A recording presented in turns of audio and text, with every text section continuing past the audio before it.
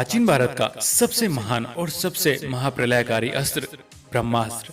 तो आइए जानते हैं कि ब्रह्मास्त्र को आखिर किसने बनाया था और इसको क्यों बनाया था। यह सारी बातें हम इस वीडियो में जानने वाले हैं। प्राचीन पौराणिक भारत में 5 सबसे महाप्रलयकारी अस्त्र थे। पहला ब्रह्मास्त्र, दूसरा नारायणास्त्र, तीसरा पशुपातास्त्र और चौथा वज्र और पांचवा सुदर्शन। तो आइए जानते हैं ब्रह्मास्त्र के बारे में कुछ महत्वपूर्ण तथ्य। महाभारत के युद्ध में ब्रह्मास्त्र को बहुत ज्यादा नजदीकियों से बताया गया है। ब्रह्मास्त्र छोड़े जाने के बाद कहते हैं कि भयंकर वायु जोरदार तमाचे मारने लगती है, सहस्रवादी उल्का आकाश से गिरने लगते हैं, भूत मात्र को भयंकर महाभय उत्पन्न हो जाता है और आकाश में बड़ा शब्द हुआ आकाश जलने लगता है और पर्वत अरण्य वृक्ष के साथ हिलने लग जाते हैं।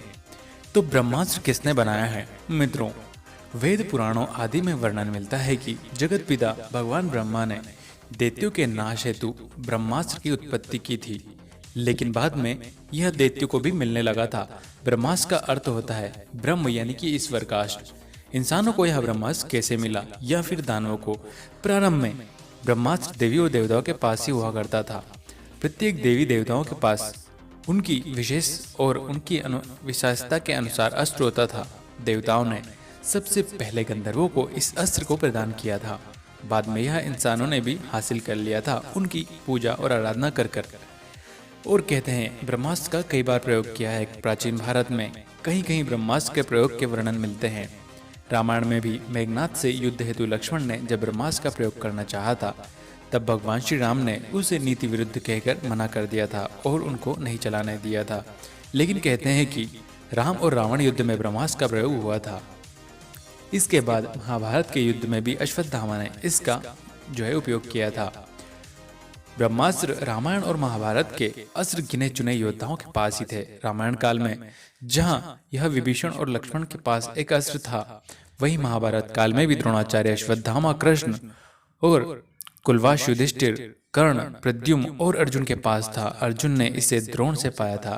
द्रोणाचार्य को इसकी प्राप्ति राम जगत में से हुई थी। ब्रह्मास्त्र के प्रलय उत्पन्न कैसे होता है? मित्रों, ब्रह्मास्त्र कई प्रकार के होते हैं, छोटे बड़े और व्यापक रूप से संहारक। इच्छित रसायन, दिव्य तथा मंत्रिक अंतर आदि से बनता है। माना जाता है कि 2 ब्रह्मास्त्रों के आपस टकराने से प्रलय की स्थिति उत्पन्न हो जाती है। इससे समस्त पृथ्वी समाप्त होने का भय रह जाता है। महाभारत में सौप्तिक पर्व अध्याय 13 और 15 में ब्रह्मास्त्र के परिणाम दिए गए हैं। तो वहीं से हम आपको ये सब जानकारी बता रहे हैं। ब्रह्मांड का परिणाम क्या होता है? ब्रह्मास्त्र का परिणाम। ब्रह्मास्त्र, महर्षि वेदव्यास लिखते हैं कि जहाँ ब्रह्मास्त्र छोड़ा जाता है वहाँ 12 वर्षों तक पुर्जन्य वृष्टि यानी कि जीव जंतु, पौधे, पेड़ कुछ भी पैदा नहीं हो सकते। महाभारत में उल्लेख मिलता है कि ब्रह्मास्त्र के कारण गांव में रहने वाली स्त्रियों के गर्भ मारे गए थे। गौरतलब है कि हिरोशिमा में भी रेडिएशन फॉल आउट होने के बाद गर्भ मारे गए थे और इस इलाके में 12 वर्ष तक अकाल रहा था। इससे सिद्ध होता है कि ब्रह्मास्त्र भी परमाणु जैसे ही रहा होगा। ब्रह्मास्त्र की आर्ट क्या है? इस अस्त्र का आर्ट किसी के भी पास नहीं है। कहते हैं कि ब्रह्मास्त्र को रोका नहीं जा सकता या इसे वापस लेकर इसके परिणाम से ही बचा जा सकता है। अश्वत्थामा ने जब अर्जुन और श्री कृष्ण पर ब्रह्मास्त्र चलाया था तब ऐसा ही हुआ था। माना जाता है कि अचूक और सबसे भयंकर अस्त्र जो व्यक्ति अस्त्र छोड़ता है वह इसे वापस लेने की क्षमता रखता है, लेकिन अश्वत्थामा इसे वापस लेने में सक्षम नहीं था।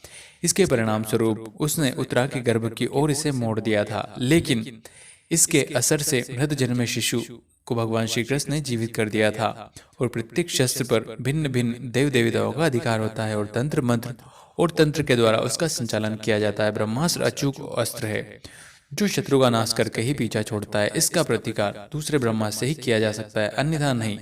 तो मित्रों, हमने आज ब्रह्मास्त्र के बारे में कुछ बातें जानी। वीडियो अच्छा लगा है तो चैनल को सब्सक्राइब करके कमेंट में जय श्री कृष्ण लिखना ना भूलें।